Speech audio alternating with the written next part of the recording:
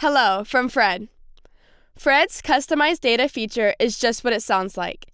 It lets you transform the data into something new.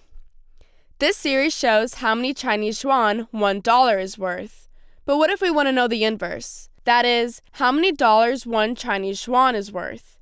We simply type 1/A in the formula box and click Apply Formula, and the customized series appears. Note that in Fred, the first series is always labeled A. If we add a second series, it's labeled B, and so on, which brings us to our next example, which combines two series.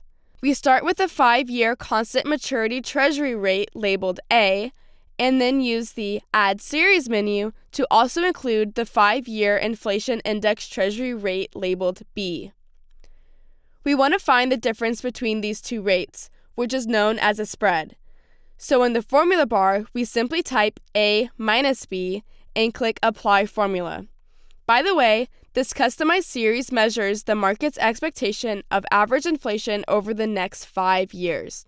Fred also has a custom units feature to give you even more flexibility. Tell your friends Fred says hello.